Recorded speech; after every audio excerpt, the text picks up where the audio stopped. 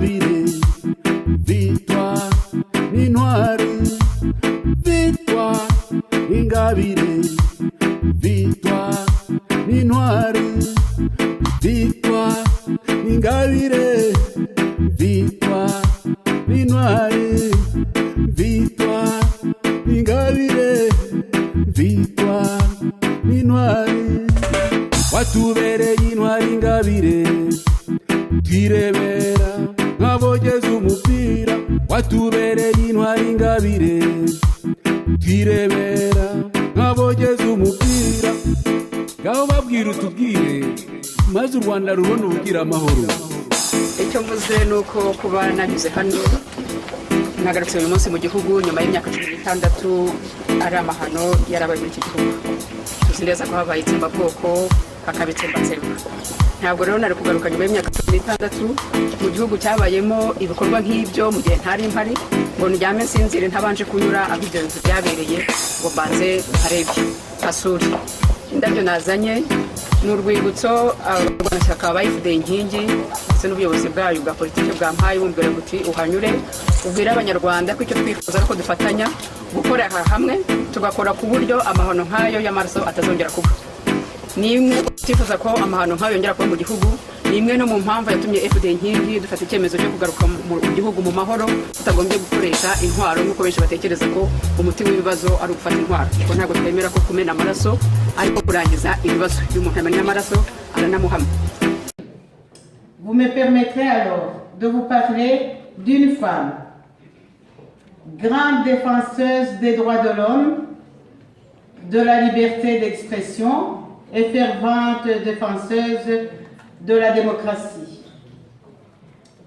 Cette dame est détentrice d'un diplôme en histoire et en littérature anglaise de l'Université de Genève en Suisse. Elle a un master en sciences de l'éducation de la même université. Elle est actuellement enseignante dans une école secondaire à Genève.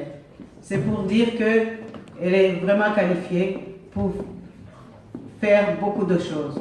Mais elle est qualifiée aussi, surtout, pour lutter pour la paix et la démocratie et pour le bien-être des personnes dans la région des Grands Lacs. Elle est co-auteure de 2 livres, entre guillemets, je vous dirais que ce livre se nomme « Les Congolais rejettent le régime de Kabila ». Et elle est aussi co-auteure d'un autre livre qui s'appelle « Créer en Postolonie 2010-2015, Voix et dissidence belgo-congolaise ».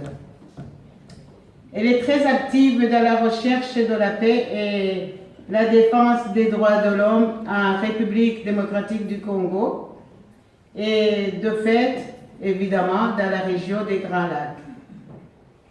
Des Grands Lacs africains, je veux dire, à travers l'ONG Don't Be Blind This Time. Elle a interpellé à Genève M. Ban Ki-moon sur la paix en Afrique. Vous pouvez voir ça sur une vidéo intitulée Face to Face with Ban Ki-moon. On pourra vous donner le lien sur Internet si vous le souhaitez plus tard. Pour Victoire, elle a souligné son héroïsme, elle en parle beaucoup. Elle parle de cette dame qui dépasse les frontières rwandaises. Pour elle, elle dit que Victoire est une figure emblématique aujourd'hui pour l'Afrique entière. Elle se bat aussi pour l'éclosion de la vérité sur l'hécatombe des réfugiés de la région de la République démocratique du Congo et la mort des millions d'innocents Congolais que le monde semble ignorer.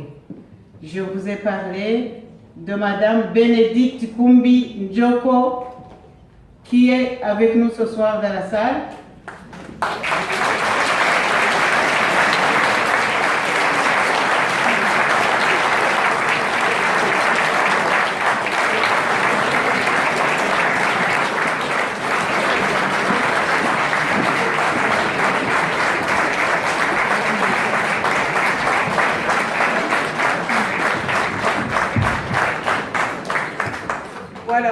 vous avez certainement envie de l'entendre parler. Malheureusement, ça ne sera pas maintenant, donc attendez bien tranquillement.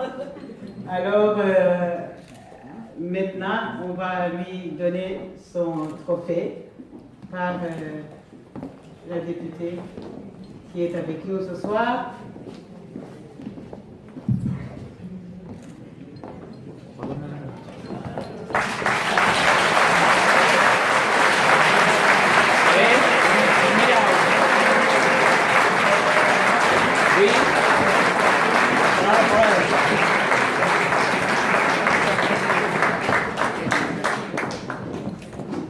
Monsieur, il est licencié en criminologie de la faculté de droit de l'Université catholique de Louvain.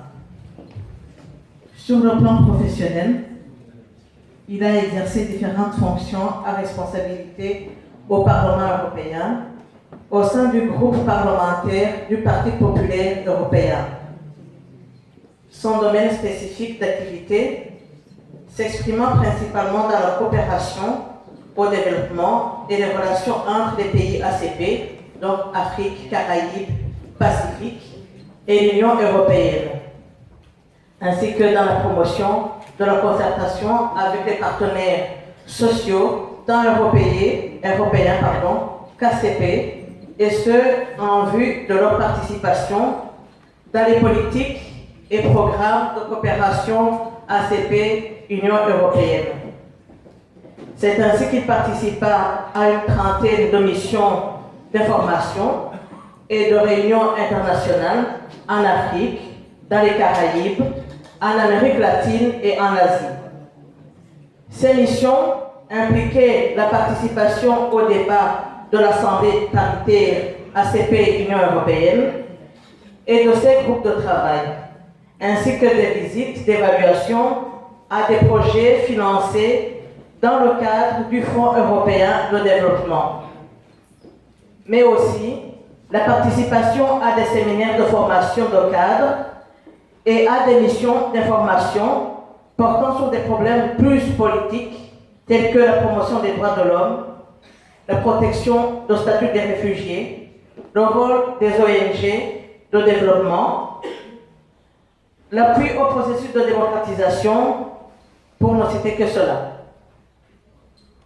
Au cours de son parcours professionnel, il a pu nouer de nombreux contacts avec, entre autres, des responsables de divers secteurs dans les pays de la région des Grands Lacs. En effet, il a été un témoin privilégié et direct d'une période charnière de l'histoire de cette région d'Afrique, puisque de mars 1990 à juillet 1995, il fut conseiller politique de l'Internationale démocrate chrétienne, IDC.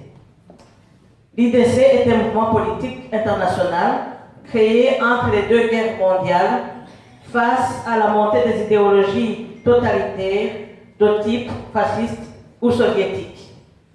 L'IDC rassemble actuellement plus de 80 partis et formations politiques d'inspiration humaniste. Il est également auteur de nombreuses publications. Il s'agit de Monsieur Alain de Brouet.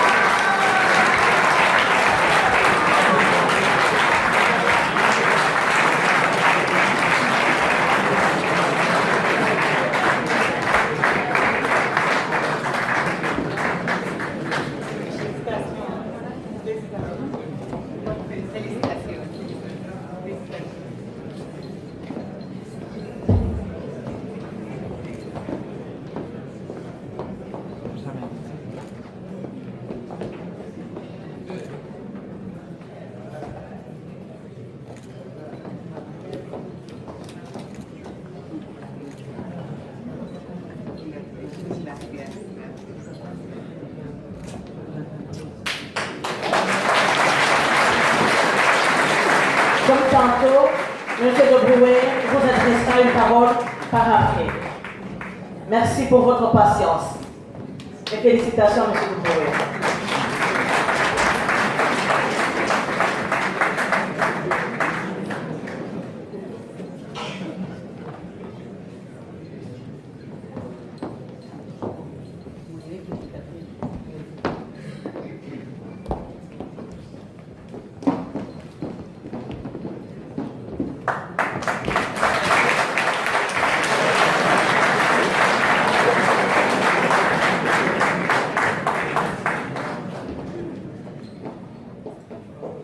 Cette année, nous avons été très choyés. Plusieurs candidatures ont été présentées. Et d'ailleurs, j'en profite pour dire à ceux qui ne le savent pas que chaque année, il y a un formulaire de présentation de candidatures sur notre site web que vous pouvez consulter. Donc, n'importe qui, de n'importe où qu'il soit, peut présenter une candidature qui correspond à nos critères de choix par rapport à ce prix. Au prix Victoire Ingabire Umuhoza pour la démocratie et la paix. Alors ce soir, je vous présenterai un autre lauréat. Il est journaliste. Il a effectué des reportages en Afrique pour les journaux The New York Times et The Associated Press. Ses travaux paraissent aussi régulièrement dans Grand Art, The Guardian et The Washington Post.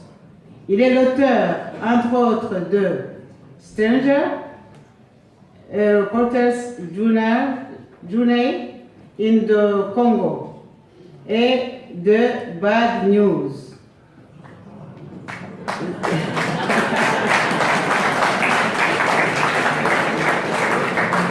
Là, je vous ai mis sur le chemin. Là, donc, Last Journalist in a Dictatorship, où il partage son expérience de journaliste sur le terrain au Rwanda. Il y aborde, peut-être qu'on ne m'entend pas derrière, parce que j'entends encore, ça mérite qu'on écoute. Oui, parce qu'on est venu pour ça. Alors, il y aborde notamment les difficultés auxquelles sont confrontés les journalistes rwandais. Un pays qui tient beaucoup à soigner son image et où aucune information non autorisée par le gouvernement ne peut sortir du cercle rwando-rwandais. Ses travaux lui ont valu des prix comme le Frontline Club Award en 2015 et le Reuters Prize en 2006. Alors, il est diplômé aussi de Yale Université. Je crois que vous avez deviné, mais je vais le nommer. Il s'agit de Anjan Sundaram.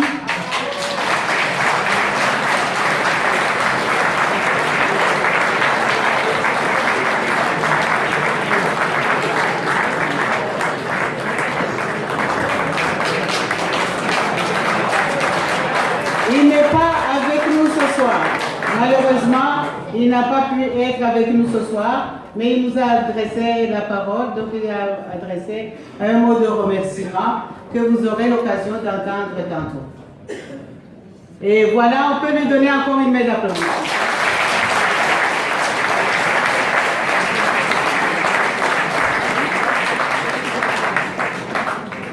Et ce n'est pas tout. Cette année, nous avons dû en mettre de côté, sincèrement, parce qu'il y avait beaucoup de candidats et qui méritaient le prix. Mais cette fois-ci, je vais vous nommer la dernière personne qui, comme nous l'avons examiné, et que le jury a décidé qu'il méritait ce prix à cause aussi de son combat pour la réconciliation et pour la tolérance entre toutes les composantes du peuple rwandais. De qui s'agit-il? Vous avez deviné?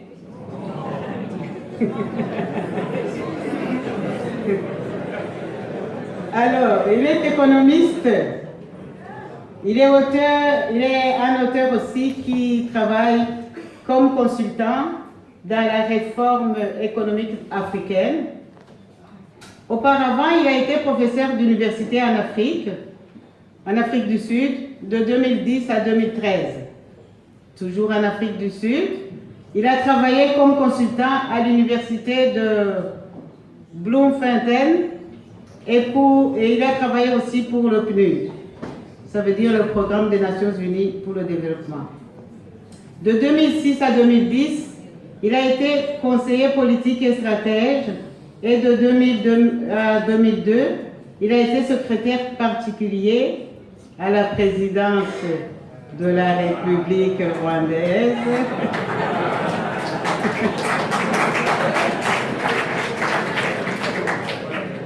De 2002 à 2006, il a travaillé en Afrique du Sud, ça je l'avais dit, comme stratège pour la province du Cap. Il est revenu au Rwanda en 2006 quand il a été engagé à la présidence pour s'occuper du développement économique, surtout en ce qui concerne la compétitivité. Il est docteur en politique économique de l'université Queen en Ontario, au Canada. Sa dissertation a été publiée sous forme de livre intitulé Kenyan Capitalist, The State and Development en 1994. Vous avez deviné, j'ai nommé Imbala David.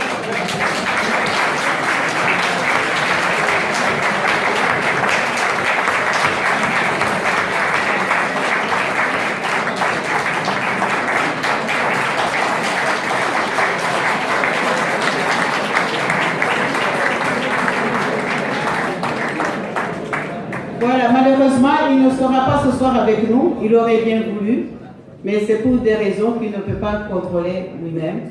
Donc, vous comprendrez qu'il ne pourra pas être avec nous ce soir. Mais il a tenu à nous envoyer un message que vous entendrez aussi tout à l'heure. Voilà.